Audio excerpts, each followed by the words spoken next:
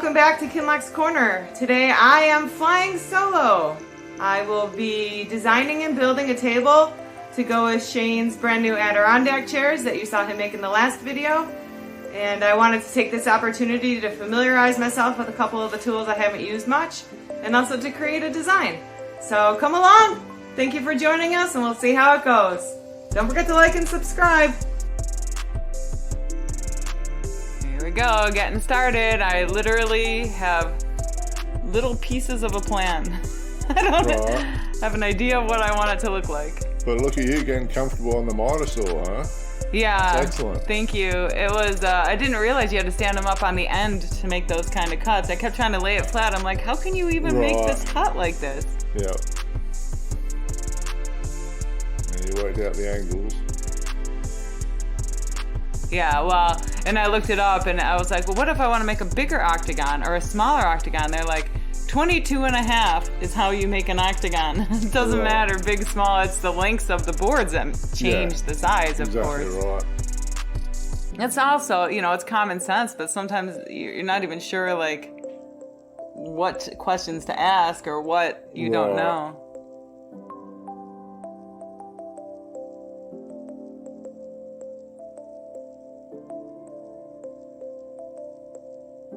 Even for you, using a tape to measure things as well, like that's a big deal for you. I haven't, yeah, I generally don't measure. Well, now that I've started building, I've been measuring a lot more, but in the past.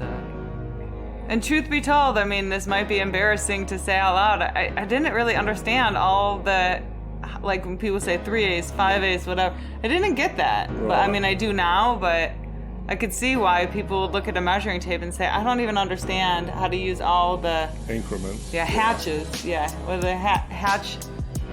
I don't know why I thought the little sections in between the inches were always called centimeters or millimeters. I didn't even realize that they don't even have a name. Those are just increments, parts of an inch, 16ths. Just fractions. Yeah, obviously somebody tried to teach me and I misunderstood the lesson when I was a child. But we got that sorted out. Yeah, no, it's good. I learned so much doing this project. I'm happy about that.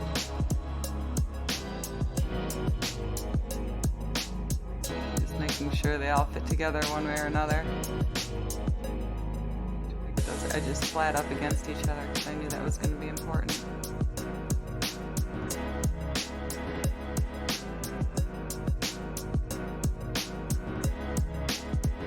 The glue will hold it together in the end, and then I secure it. The string just helped hold it all together. Good idea with a string though, babe. Thanks, babe. That's good.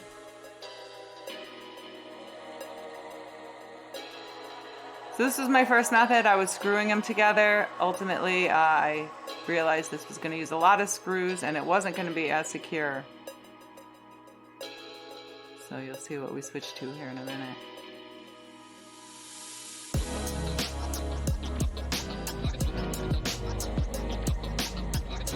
I think I did two. Tried to do two of them with the screws.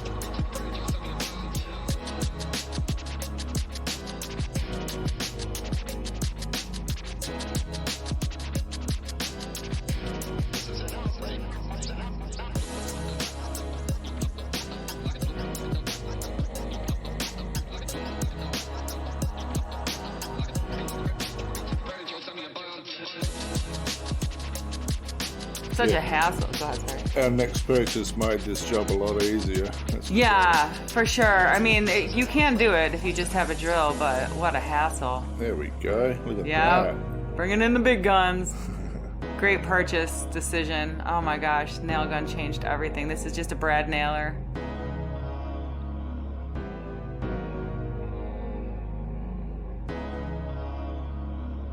Especially for me using these kinds of tools, you know, I don't come from a background where anyone ever used a tool for anything. I don't even know that we had tools in our house. Right. Maybe a screwdriver, a hammer or something, but so, you know, it's a kind of a testament to anybody who's interested in learning how to build.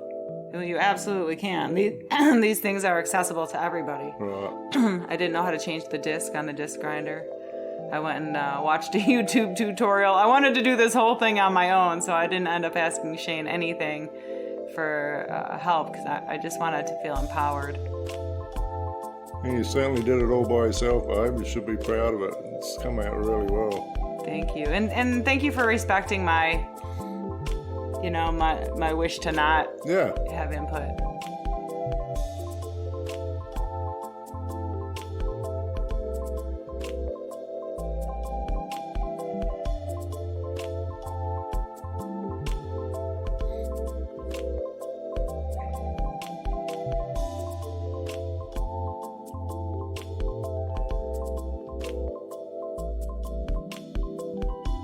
It did jam a lot, so. Was it just because you didn't have the right angle or pressure on the drill itself, or? Yeah, I think it was the angle I was doing it. Certain angles seemed to be better, so I'll just have to play around. But every time it jammed, I just took the battery out, unjammed it. It was not a big deal.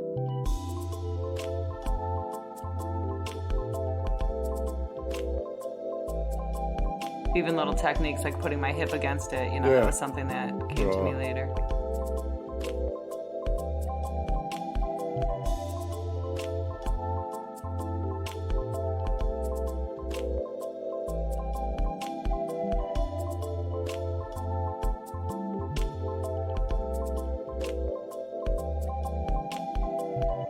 Yeah, you're gonna love when you start using that sanding disc.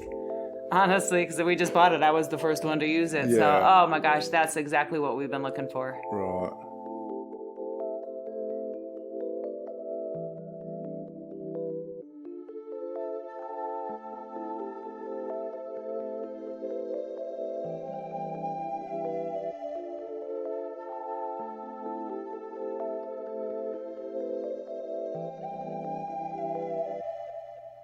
I was going for kind of a cross between like a wishing well and a basket. Oh, there, I nailed it to the table. Change your plans. Guess we got a new design.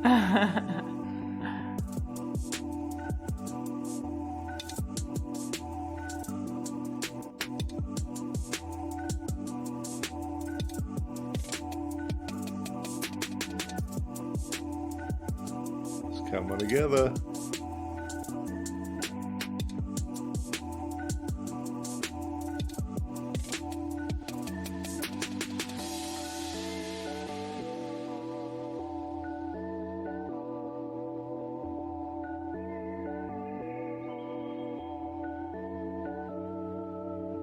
Time for some red mahogany.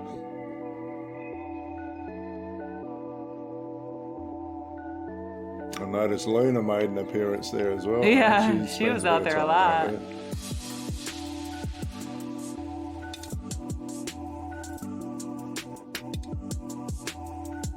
That's a little foster dog we decided to adopt. She's a part of the family now, so she's a good little girl. Yeah, a little cutie.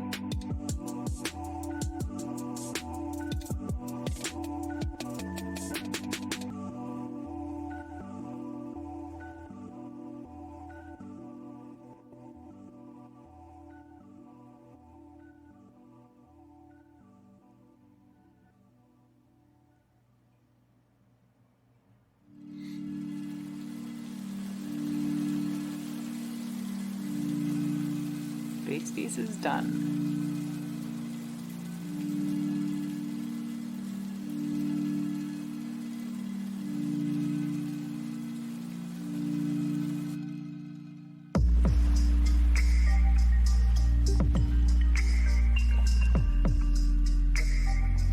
So with this nail gun, I did pop the nails right through it. I just ended up bending them down. I knew they were going to be out of the way and they wouldn't be visible. Right. But yeah, getting that angle, I think that's pretty much the only real trick to the nail gun is just making sure you see which way it's angled. Yeah.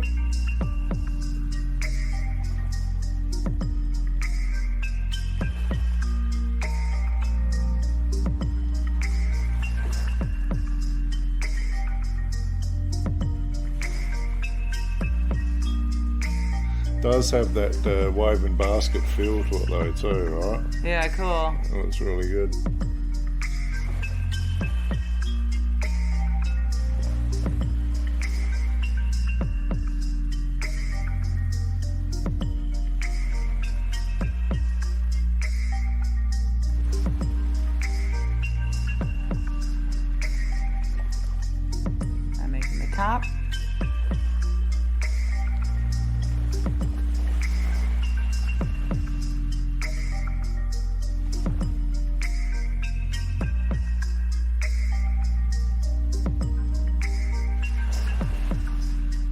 I just kept looking at it. I was like, oh, I cannot believe I'm building a whole thing. Right.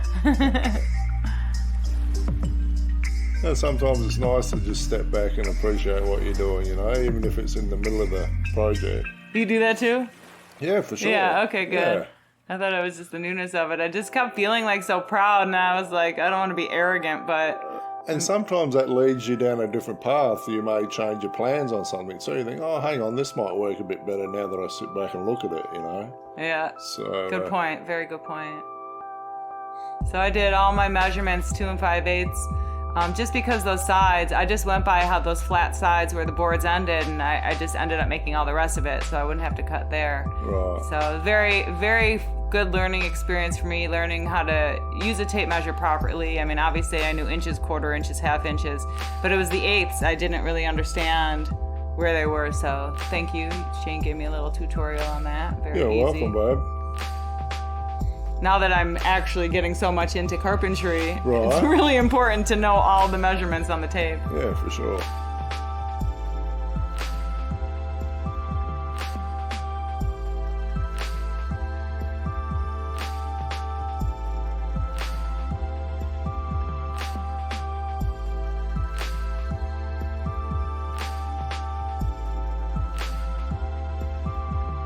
I made sure all my cuts were around the nail, so I didn't have to pop out a single nail. Oh, really? Yeah, like even this side where I'm painting, I made sure the part that's like facing down into the table is the part where the nails are sticking out. Right. And then I put the little bracer boards right across the nails. I did everything I could. I did not want to pop any nails.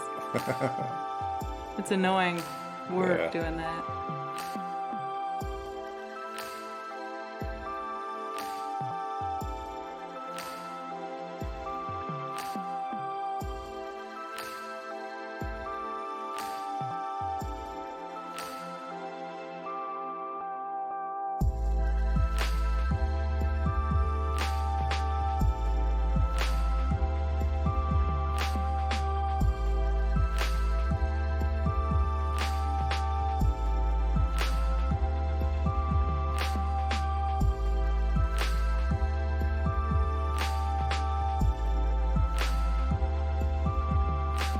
These are the bracer boards.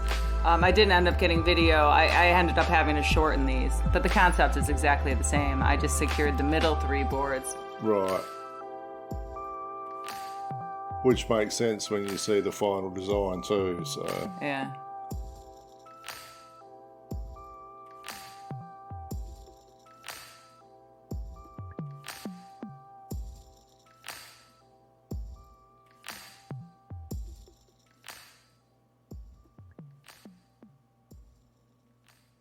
Or is it the middle 4, I think? How many are there? 3, 4? Anyway, you get the point.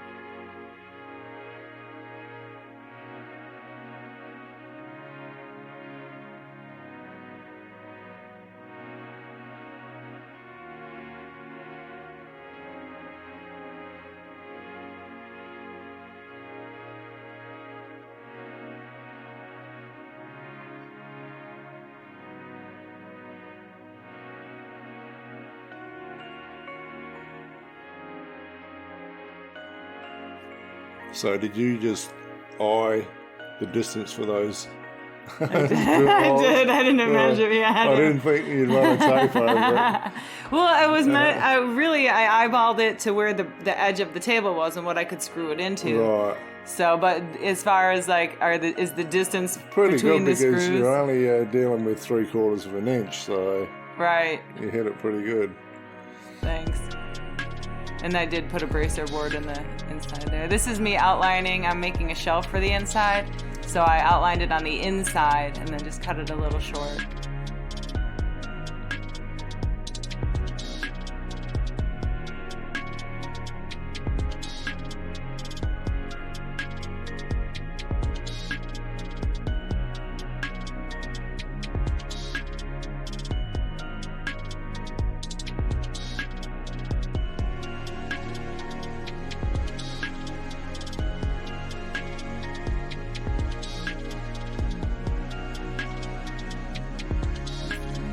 Holding the shelf together so they can sit in there as one piece.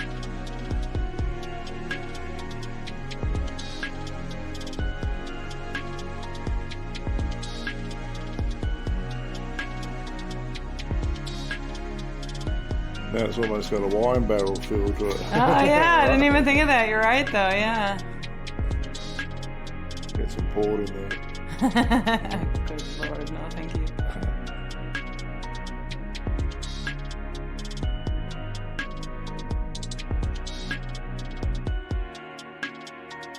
I was considering doing every other one like black then stain, then black then stain on the base, but I'm glad I didn't. I'm glad I did it all uniform. Yeah, for sure.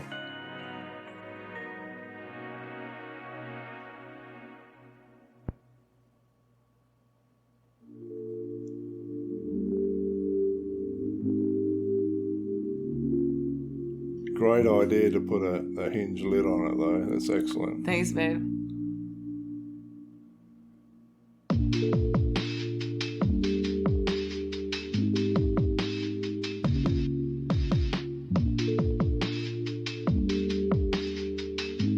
Plus it works out well with the two sides. You can leave your drink on there and still open up the Right? lid. I know, I didn't even think of that when I access was to doing it, but I love that. I didn't even like consider that. Right. So true though. Sorry about my hair being in the way here. Ah, but hair today, gone tomorrow. Good one. I hope it's not gone tomorrow.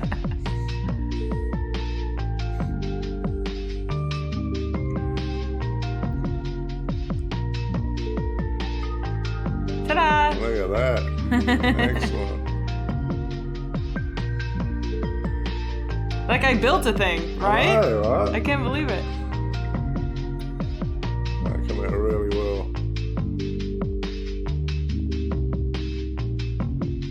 I didn't even dip that in stain. I just took it out of the cup that we keep it in with the You paint can thinner. do that when you're just touching up areas too. So, and I did one coat of poly on this. I'll go back and give it more if it seems like it needs it later, but I just wanted to shine it up a bit.